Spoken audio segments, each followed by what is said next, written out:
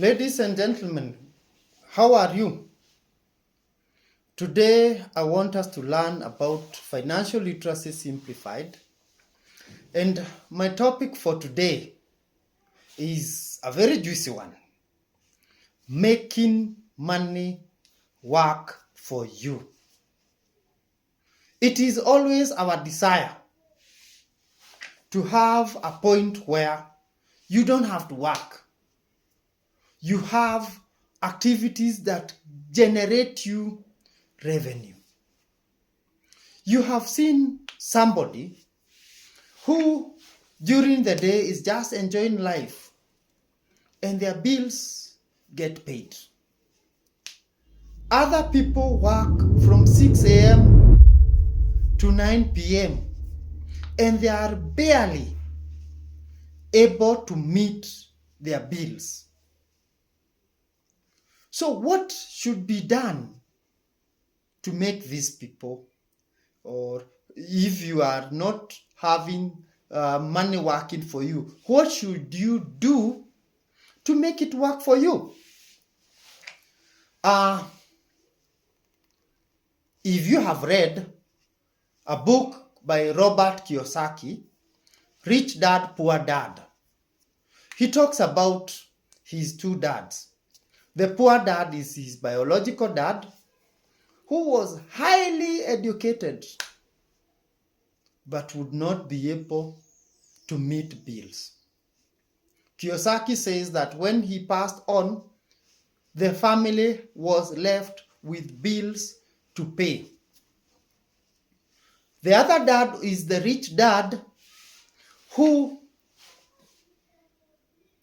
barely went beyond grade 8, but when he passed on, he left his family with assets, with an empire to run. So how do you make money work for you? The first item, let's say you have gotten an increment. This could be a salary increment. You are earning 50,000, now you are earning 60. You are earning 100,000, now you are earning 140. Or your business profits have increased, or you've had a deal that is giving you more money. The first thing that you need to know, don't invest in get-rich projects. You will find all over, including social media, that invest 50,000, in 3 months utapata another 40,000. Invest 100,000, in 3 months utapata 60,000. Hii pesa ni wapi inapo invested? Why is it that if they are telling you to invest, why can't they invest their own money and multiply and become multi or billionaires using their own money? You know what happens.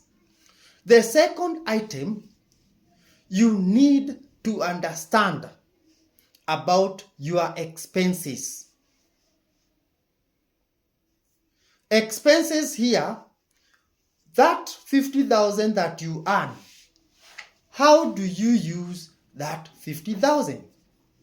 You need to have an expense tracker.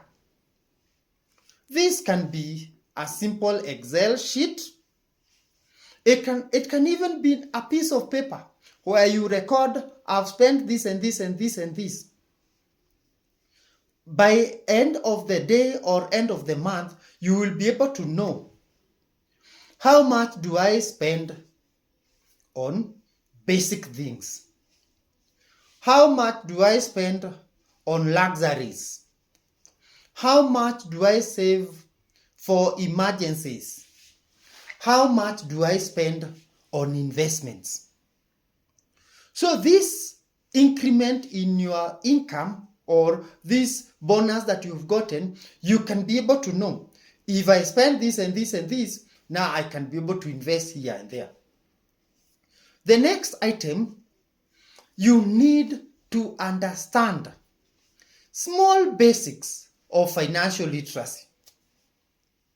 Be able to understand, if I'm getting a loan, what are the interest rates? What is the amount I will pay back? This loan, is it interest per annum? Is it one-off interest? Is it per 6 months? If this interest that I'm paying, is it on a flat rate basis? Is it on a reducing balance? Is it amortized? By understanding that, you will be able to have knowledge. If I invest some income, what are the returns I am getting? I invest 100,000, you tell me I will get 20%. Is it 20% per annum, per one-off, or at the end of the project? You need to understand about financial literacy. The next item, you need not just save. The savings you've made, you need to invest this money. Remember, if you do not invest this money, it will lose value. What was there in 2015 is not what was there in 2020. The amount of money in 2020 is not the same value as the amount of money here today. The last one, and the most important one, invest in assets. An asset is something that you own and generates you an income. If you invest in an asset, it will keep on generating you income. You will get that habit of investing, it is generating you income.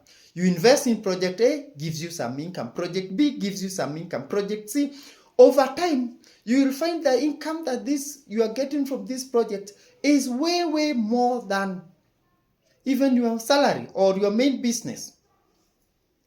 Kiyosaki says that the rich invest, or when they get money, they invest in assets, while the poor invest in expenditure. You will find when I talk about poor here, maybe it could be the poor and the lower middle class. The rich could be the rich and the upper middle class. You find somebody who has been driving a car, 2012 make. He has been with that car for 5 years, 6 years, 7 years. Another person gets some additional money. You commit by taking a loan, and very expensive loan. You find yourself, you are now paying additional loan interest. You need to pay additional insurance costs. The spare parts are quite expensive. The poor and the middle class increase in their spending, things that do not generate them income. The rich increase their investments, and that is what makes the difference. I want to stop at that. Wish you well. Let's continue learning about financial literacy simplified.